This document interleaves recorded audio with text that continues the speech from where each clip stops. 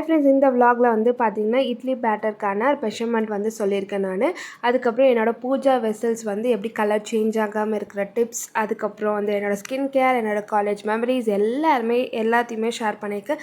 So மறக்காமல் video கடைசி வரையும் பாருங்கள். லாஸ்ட் ஷார்ட் வீடியோவில் வந்து பார்த்திங்கன்னா இட்லி எப்படி ஸ்பாஞ்சாக வருதுன்றதை நான் வந்து மெஷர்மெண்ட் சொல்கிறேன்னு சொன்னேன். ஸோ நான் வந்து பார்த்திங்கன்னா 2 கப் புழுங்கல் அரிசி, 1 கப் போல் பச்சரிசி, 3/4 கப் போல் உளுந்து, 1 டேபிள் ஸ்பூன் வந்து பார்த்திங்கன்னா வெந்தயம். இதுதான் வந்து இட்லி தோசைக்கு நான் போடுற மெஷர்மெண்ட். ரெண்டுமே ஒரே பேட்டர் தான். நான் தனித்தனி பேட்டர் வந்து அரைக்க மாட்டேன். ஸோ நான் வந்து கடையில் தான் வந்து கொடுத்து அரைக்கிறேன். கடையில் கொடுத்து அரைக்கும் போதே ரொம்ப நைஸாக அரைக்காதீங்கன்னு சொல்லுங்கள். மீடியமாக அரைச்சி கொடுத்தாங்கன்னா ரெண்டுத்துக்குமே ஈக்குவலாக நல்ல சூப்பரான இட்லி தோசை வந்து கிடைக்கும். இதுதான் என்னோட ப்ராப்பர் மெஷர்மெண்ட். எப்போவுமே நான் வந்து ஃப்ரிட்ஜ்லேருந்து டேரெக்டாக இட்லி பேட்டர் எடுக்கிறேன்னா, நான் இட்லி வந்து குக் பண்ணுறேன் அப்படின்னா ஹாட் வாட்டரில் தான் ஃபஸ்ட்டு வந்து நல்லா பீட் பண்ணி எடுத்துப்பேன். நம்ம நார்மலாக வந்து சால்ட்டு இல்லை பேக்கிங் சோடா வந்து ஆட் பண்ணி நல்லா பீட் பண்ணுவோம். பீட் பண்ணும்போதே உங்களோட மாவு வந்து பார்த்திங்கன்னா நல்லா ப்ளஃபியாக வரும். ஸோ ப்ளஃபியாக வந்தாவே வந்து போதும் நம்மளுக்கு. இட்லி பேட்டர் வந்து ஆட் பண்ணுறதுக்கு முன்னாடி ஃபஸ்ட்டு வாட்டரை நல்லா பாயில் பண்ணிக்கோங்க. பாயில் பண்ணதுக்கு அப்புறமா இட்லி பேட்டரை வந்து ஆட் பண்ணுங்கள். ஸோ தட் உங்கள் இட்லி வந்து பார்த்திங்கன்னா நல்ல ஸ்பாஞ்சியாக சாஃப்டாக வந்து கிடைக்கும். ஸோ நான் இந்த ட்ரிப்ஸ் தான் வந்து நான் யூஸ் பண்ணுறேன். என்னோடய இட்லி வந்து பார்த்திங்கன்னா நல்ல ஸ்பாஞ்சாக வந்து கிடைக்கும். ஃபஸ்ட்டு நல்லா வந்து வாஷ் பண்ணதுக்கப்புறம் சோக் பண்ணுங்கள். நான் வந்து பார்த்திங்கன்னா ஒரு 2 to 3 hours தான் சோக் பண்ணுவேன். சில பேர் நல்லா வந்து பார்த்திங்கன்னா ஆஃப் அ டே ஃபுல்லாக சோக் பண்ணுவாங்க. பட் நான் வந்து ஒரு 2 hours 3 hours தான் வந்து சோக் பண்ணுவேன். ஓவர் நான் வந்து தேர்ஸ்டே கொஞ்சம் ஒர்க் இருந்தேன். நான் வெனஸ்டேவே வந்து ஒர்க் ஸ்டார்ட் பண்ணிவிடுவேன். ஸோ அன்றைக்கி அப்படி தான் ஈவினிங் போல் வீடெல்லாம் நல்லா மாப் பண்ணி விட்டுட்டேன். நெக்ஸ்ட் டே மார்னிங் வந்து பார்த்திங்கன்னா எல்லாமே ப்ரிப்ரேஷன் பண்ணி வச்சுட்டேன். அன்றைக்கி மெனு வந்து கொஞ்சம் எக்ஸ்ட்ராவாக பண்ணலான்னு சொல்லிட்டு சாதம், சாம்பார், அதுக்கப்புறம் வடை குக் பண்ணலான்ட்டு முன்னாடி நாளே எல்லா ஆனியன், டொமேட்டோ எல்லாமே எடுத்து வச்சுட்டு அதுக்கப்புறம் தான் வந்து நான் படுத்தேன். மோஸ்ட்டாக என்னோடய கேஸ் ஸ்டவ் பார்த்திங்கன்னா க்ளீன் பண்ணிவிட்டு தான் வந்து எல்லாமே க்ளீன் பண்ணிவிடுவோம். 100% கிச்சன் ஒர்க்கை முடிச்சுட்டு தான் வந்து தூங்கவே போவோம் நாங்கள். ஸோ அடுப்பு வந்து பார்த்திங்கன்னா ஃபுல்லாக க்ளீன் பண்ணிவிடுவேன். ஏன்னா நெக்ஸ்ட் டே நான் காலையில் பார்க்குற ஃபஸ்ட்டு ஃபேஸு எதோட இருக்குன்னா கிச்சன் தான் இருக்கும். ஸோ அதனால் கிச்சன் ப்ளசன்டபுளாக இருந்தால் தான் நம்ம குக் பண்ணுற அந்த மூடே வரும். ஸோ எவ்ரி டைம் என்னோடய கிச்சன் வந்து நீட் அண்ட் க்ளீனாக இருக்கும் அப்படிலாம் கிடையாது. மெஸ்ஸியாகவும் இருக்கும் சம்டைம்ஸு. பட் அடுப்பு வந்து பார்த்திங்கன்னா க்ளீன் பண்ணிகிட்டே இருப்பேன். ஸோ அது என்னவோ எனக்கு ஒரு ஹேபிட்டாகவே மாறிடுச்சு. ஸோ இது வந்து ஃபஸ்ட் டே வந்து ஸ்கூல் யூனிஃபார்ம்ன்றனால ஃபுல்லாக ரெடி பண்ணிவிட்டு அதுக்கப்புறம் அவளை அனுப்பிச்சிட்டு என்னோடய ஸ்கின் கேர் வந்து பார்த்துட்டு இருந்தேன். என்னோடய ஸ்கின் கேருக்கு வந்து பார்த்தீங்கன்னா நிறைய பேர் இந்த சீரம், சன்ஸ்க்ரீன் அந்த மாதிரிலாம் நான் எந்த ப்ராடக்ட்டுமே யூஸ் பண்ணதே கிடையாது. ஜஸ்ட் நான் ஏதாச்சும் என்னோடய ஸ்கின்னை வந்து கேர் பண்ணணும்னு நினச்சா இந்த ஆலோவேரா போடுவேன். இல்லைனா வந்து டொமேட்டோவில் வந்து கொஞ்சம் சுகர் ஆட் பண்ணி ஸ்க்ரப் பண்ணுவேன். ஸோ இந்த மாதிரி தான் என்னோடய ஸ்கின் கேர் வந்து இருக்கும். மோஸ்ட்டாக நான் இப்படி தான் வந்து என்னோடய காலேஜ் டேஸில் வந்து கேட்டிருக்காங்க என் ஃப்ரெண்ட்ஸ் எல்லாம், ஃபேஸில் ஏன் பிம்பிள்ஸே வரமாட்டேங்குது அப்படின்னு சொல்லிட்டு. ஸோ அதுக்கு சீக்ரெட் வந்து பார்த்திங்கன்னா எங்கள் அம்மா எது வந்தாலுமே ஒரே விஷயந்தான் சொல்லுவாங்க, வேப்பிலையை வந்து அரைச்சி ஃபேஸில் போடு அப்படின்னு சொல்லிட்டு. என்னோடய ஸ்கின் வந்து இப்போ க்ளோயிங்காக இருக்கிறதா இருக்கட்டும், என்னோடய பிம்பிள்ஸே இல்லாமல் இருக்கிறதுக்கு காரணமே வேப்பிலை மட்டும்தான். எது வந்தாலுமே அந்த வேப்பிலையை அரைச்சி போட்டுருவேன். எனக்கு தெரிஞ்சு அது கூட வந்து மஞ்சள் கூட மிக்ஸ் பண்ண மாட்டேன். வேப்பிலையை அரைச்சி நம்மளுக்கு பிம்பிள்ஸ் வந்தால் அந்த இடத்துல வந்து போட்டு விடுவேன். அது டக்குன்னு வந்து சரியாயிடும் எனக்கு. ஸோ அதுக்கப்புறம் வந்து பார்த்திங்கன்னா எல்லாம் வீடெல்லாம் க்ளீன் பண்ணிவிட்டு, ஸோ ஆடி மாதம் வரனால பிஃபோராகவே விண்டோஸ் எல்லாம் க்ளீன் பண்ணிடலான்னு சொல்லிட்டு விண்டோஸ் எல்லாம் க்ளீன் பண்ணி போர்ட்டிக்கோலாம் பெருக்கிட்டேன். ஒரு ஈவினிங் போல் வந்து பார்த்திங்கன்னா என்னோடய காலேஜ் மெமரிஸ் சர்டிஃபிகேட் எல்லாம் எடுத்து வச்சுட்ருக்கும் போது என்ன ஆச்சுன்னா இந்த ஸ்லாம் புக் வந்து பார்த்தேன். இந்த ஸ்லாம் புக் வந்து பார்த்திங்கன்னா பிஎட் படிக்கும்போது என்னோடய ஃப்ரெண்ட்ஸ் வந்து எழுதி கொடுத்தது தான் 2018. ஸோ எல்லாருக்கும் எல்லா லைஃப்லையும் வந்து ஒரு பாஸ் பட்டன் கிடச்சா இல்லை வந்து ரீவைண்ட் பட்டன் கிடச்சா எங்கே போவீங்கன்னு கேட்டால் நீங்கள் எங்கே போவீங்கன்றத கமெண்ட் பாக்ஸில் சொல்லுங்கள். நான் வந்து என்னோடய காலேஜ் டேஸ் தான் போகணுன்னு நினைப்பேன். Because I have lot of friends. அதில் ஸ்கூல்லேயும் எனக்கு வந்து ஃப்ரெண்ட்ஸ் இருக்காங்க, க்ளோஸ் ஃப்ரெண்ட்ஸ் எல்லாம் இருக்காங்க. பட் எனக்கு அந்த ஸ்கூல் லைஃப் வேண்டாம். பிகாஸ் எங்கள் மம்மி வந்து ஒரு டீச்சர்ன்றனால என்னை வந்து ரொம்ப வச்சு செய்வாங்க. அதுவும் இந்த +1 +2 என்னை நல்லா வச்சு செஞ்சாங்க. அதனாலே என்னோடய லைஃப்பில் டெலிட் ஆப்ஷன் இருந்துச்சுன்னா அந்த +1 +2 இதுவே எனக்கு டெலீட் பண்ணிடணும்னு தோணும். ஸோ அந்தளவுக்கு ரொம்ப என்னை படுத்தி எடுத்துட்டாங்க. ஸோ பிஎட்டில் வந்து பார்த்திங்கன்னா ரொம்ப ஒரு 100 மெம்பர்ஸ் தான் இருப்போம். யூஜி படிக்கும்போது கூட நிறைய பேர் இருப்போம். லைக் நாங்கள் பிஎட் படிக்கும்போது 100 மெம்பர்ஸ் தான். எப்படி பிக் பாஸ் வாட்சிங் அப்படின்ற மாதிரி 24 ஹவர்ஸ் எங்களை வந்து வாட்ச் பண்ணிகிட்டே இருப்பாங்க. பட் நாங்கள் வந்து பார்த்திங்கன்னா ரொம்ப ஹாப்பியாக இருந்தோம். நிறைய டெஸ்ட் இருக்கும், நிறைய ஒர்க் இருக்கும், நிறைய ப்ரோக்ராம்ஸ் இருக்கும். ஒரு எனக்கு வந்து பிஎட் லைஃப் வந்து ரொம்ப பிடிச்சிருக்கும். லைக் ஃப்ரெண்ட்ஸும் செட் ஆகிட்டாங்க. எல்லாருமே வந்து பார்த்திங்கன்னா இவங்க தான் க்ளோஸ் ஃப்ரெண்டு, இவங்க க்ளோஸ் ஃப்ரெண்ட் இல்லை, இவங்க எனிமி அப்படிலாம் யாருமே கிடையாதுங்க.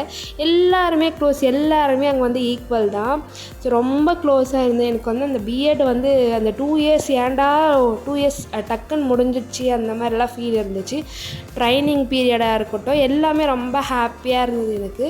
ஸோ எப்போவுமே வந்து பார்த்திங்கன்னா நம்ம ஒரு ஹெல்ப் பண்ணியிருப்போம். பட் அது வந்து நம்மளுக்கு ஹெல்ப் பண்ணது வந்து எப்பவுமே மெமரியாக வச்சுருக்க மாட்டோம். இல்லை வந்து ஜஸ்ட் லைக் தட் அது கடந்து நம்ம போயிட்டுருப்போம். ஸோ நான் இந்த ஸ்லாம் புக் வந்து ஒரு 45 மினிட்ஸ் வந்து நான் ரீட் பண்ணியிருப்பேன். ஸோ எல்லாருமே வந்து நான் ஹெல்பிங் டெண்டன்ஸ் அப்போ தான் நான் வந்து ரிமெம்பர் பண்ணுறேன். ஸோ இவங்களுக்கு இதெல்லாம் நம்ம பண்ணியிருக்கோம். ஆக்சுவலாக அவங்க அதெல்லாம் மென்ஷன் பண்ணியிருந்தாங்க. ஸோ அதெல்லாம் பார்க்கும்போதும் ஆமாம்ல நான் அதை பண்ணியிருக்கேன்ல அப்படின்னு சொல்லிட்டு ஸோ அதை பார்க்கும்போது ரொம்ப ஹாப்பியாக இருந்துச்சு. ஒரு இன்சிடெண்ட் வந்து நான் சொல்கிறேன். ஸோ என்னோடய ஃப்ரெண்டு வந்து நான் போட்ட இந்த ட்ரெஸ் வந்து ரொம்ப நல்லா இருக்குது, எனக்கு ரொம்ப பிடிச்சிருக்கு, நெக்ஸ்ட் டைம் வந்து நீ போனேன்னா வந்து எடுத்து கொடு, எனக்கு வந்து வாங்கி கொடுன்னு சொன்னாங்க. ஸோ அவங்களுக்கு வந்து அந்த ட்ரெஸ்ஸை நான் ப்ரெசென்ட் பண்ணும்போது ரொம்ப ஹாப்பியாக ஃபீல் பண்ணால்.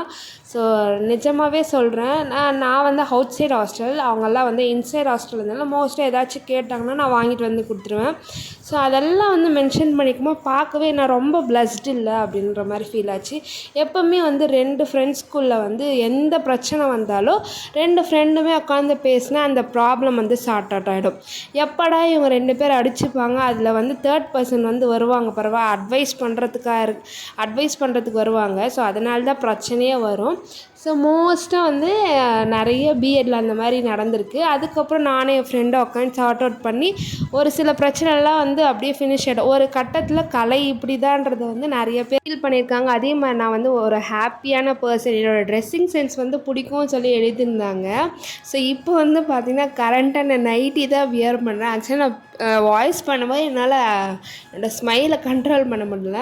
காலேஜ் டேஸ்லலாம் வந்து பார்த்திங்கன்னா யூனிஃபார்ம் அந்தளவுக்கு ப்ராப்பராக நான் வியர் பண்ணவே மாட்டேன். பட் கலர் ட்ரெஸ் வந்து பார்த்திங்கன்னா சாரீஸ் எல்லாம் வந்து செம்ம வெரைட்டியாக போடுவேன். என்னோடய ட்ரெஸ்ஸிங் சென்ஸ் எல்லாருக்குமே பிடிக்கும். நான் வந்து கொஞ்சம் யூனிக்காக போடுவேன். வெரைட்டிஸ் வந்து நிறையா இருக்கும். ஸோ நிறைய பேர் அதெல்லாம் வந்து எழுதியிருந்தாங்க, என்னோடய ட்ரெஸ்ஸிங் சென்ஸ் ரொம்ப பிடிக்கும் அப்படின்னு சொல்லிட்டு. என்னோடய கான்ஃபிடென்ட், என்னோடய போல்ட்னஸ் எல்லாம் பிடிக்கும்னு சொல்லியிருக்காங்க. ஸோ ரொம்ப நான் நிஜமாகவே ரொம்ப மிஸ் பண்ணுறேன் உங்களெல்லாம். ஸோ மேபி இந்த வீடியோ பார்த்துருந்தேன் எல்லாருக்கும் மிஸ் யூ, லவ் யூ. நான் ரொம்ப ஒரு சில டைம்லலாம் ரொம்ப பிளஸ்டாக ஃபீல் பண்ணுவேன் நான். ஸோ எனக்கு டே ரொம்ப நேரம் போயிடுச்சு. ஸோ இங்கே வந்து பார்த்திங்கன்னா லாஸ்ட் வீடியோவில் மணி பிளான்ட் வந்து வச்சுருப்பேன்.